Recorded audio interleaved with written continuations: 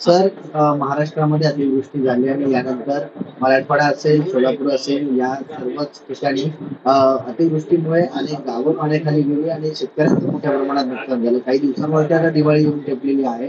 मात्र या पूरग्रस्तांची दिवाळी गोड व्हावी यासाठी शिवसेना उद्धव बाळासाहेब ठाकरे पक्षाकडून मदत नव्हे तर कर्तव्य अशा प्रकारे या टॅगलाईन खाली मदत जी आहे ती ठाणे जिल्ह्यातून रवाना.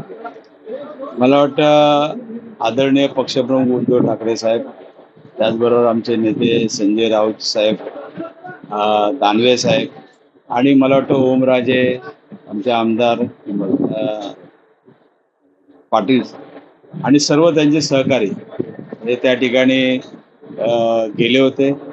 आणि तुम्ही बघितलं असेल की संपूर्ण महाराष्ट्रामध्ये, मराठवाड्यामध्ये सर्वात जास्त नुकसान झालं आणि प्रत्येक ठिकाणी ज्या वेळेला अतिवृष्टीमुळे जे नुकसान झाले म्हणजे सांगली असेल, महाड असेल, त्यानंतर चिपळूण असेल, कोल्हापूर असेल, या ठिकाणी मला वाटतं शिवसेनेची मदत घेऊन आम्ही त्यावेळेला उद्धव साहेबांच्या आदेशानुसार त्या ठिकाणी गेलो होतो.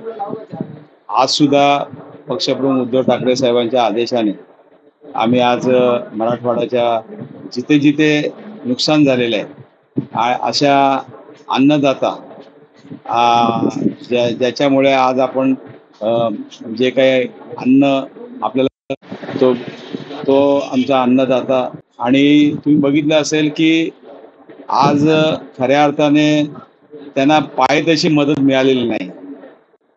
आपली मागणी होती की 50,000 रुपये एकरी आणि कर्जमाफी या दोन महत्त्वाच्या मागण्या होत्या, परंतु त्या मागण्या काही मान्य झाल्या नाहीत. आणि म्हणून आज कर्तव्य म्हणजे तुम्ही बघितलं असेल या संबंध अतिवृष्टीच्या मुळे नुकसान झालेल्या शेतकऱ्यांना दिलासा देण्याचं काम आज आम्ही करतोय आणि हे आमचं कर्तव्य आहे.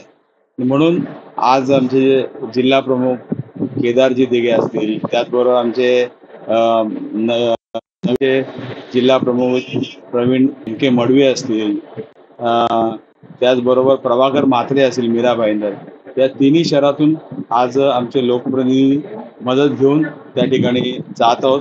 आणि त्याचबरोबर आमचे डॉक्टरांचं पथक सुद्धा आहे आणि ते सुद्धा त्या ठिकाणी शिबिर त्या ठिकाणी घेणार आहेत.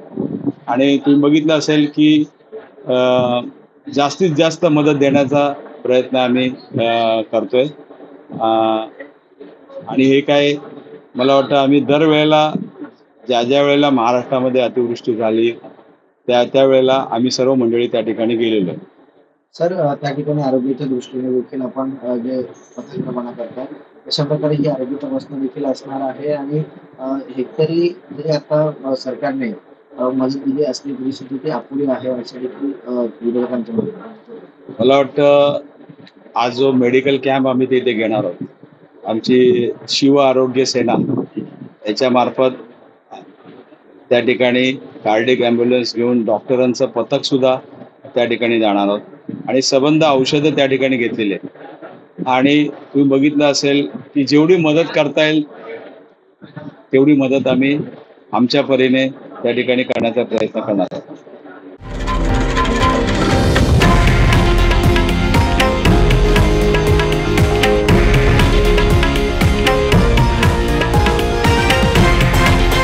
हे आहे देशातील नंबर 1 न्यूज नेटवर्क आणि आपण पाहत आहात TV9 मराठी, एकमेव.